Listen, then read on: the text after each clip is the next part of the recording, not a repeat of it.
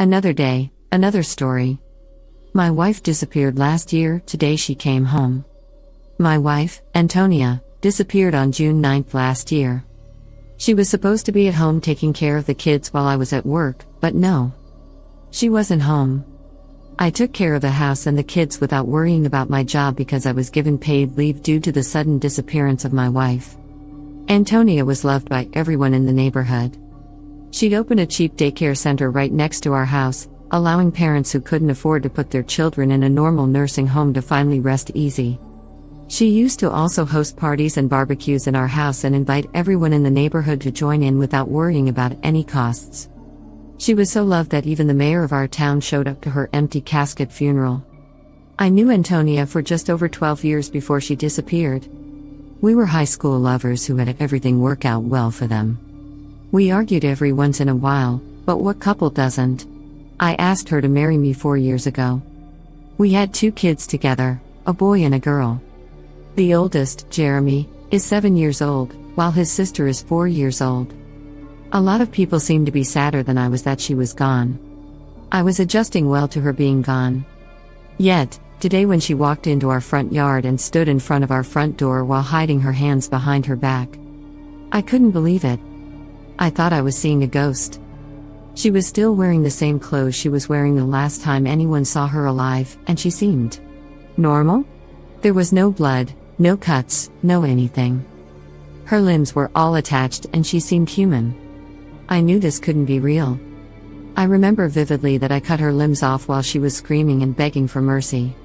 I remember putting what remained of her into a bag of rocks and dumping it into the ocean. I made sure nobody saw me and I made sure to tell nobody. Yet there she was, standing on our front porch, looking straight into the doorbell camera and smiling. I have to admit that I was scared. Not for the kids, not for myself, but by what this thing was. I got even more scared when my son saw his mother through the window and opened the door for her.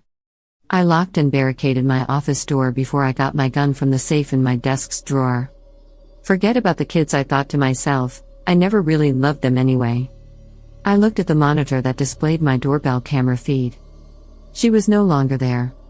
I heard the kids talking with her downstairs, but I couldn't make out what they were saying. Not like it mattered, because then I heard screaming. I felt my entire body vibrate. My ears were blasted with shrieks of terror and pain that I never want to hear again. A second later and there was no noise in the house. Not even the air conditioning unit or the creaking floorboard of this old house made a noise. Nothing apart from my heart punching through my stomach and a thud that repeated every other second.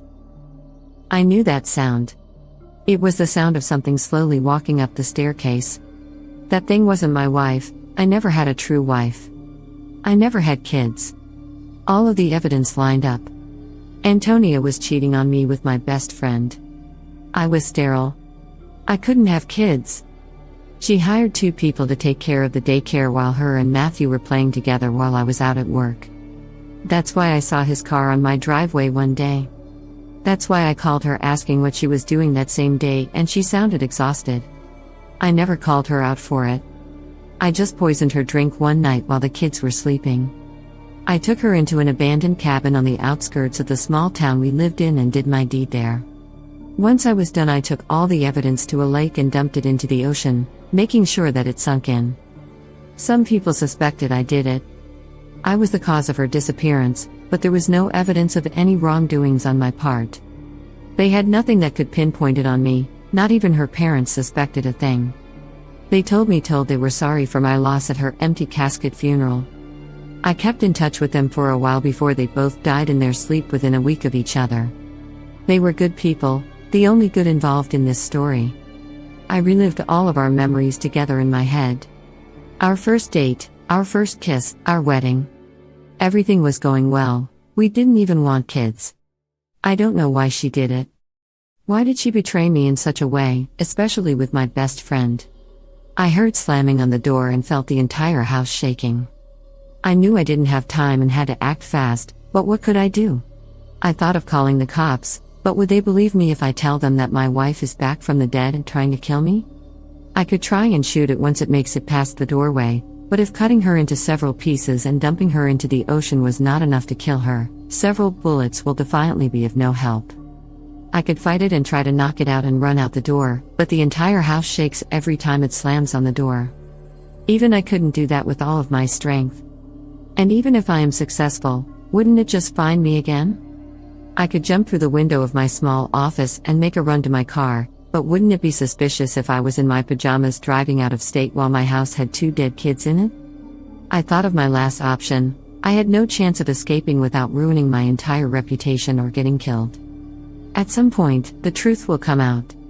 People will find out what really happened to Antonia. So why not finish the job myself? By the time you are reading this, I would have hopefully put a bullet in my brain. Thanks for watching.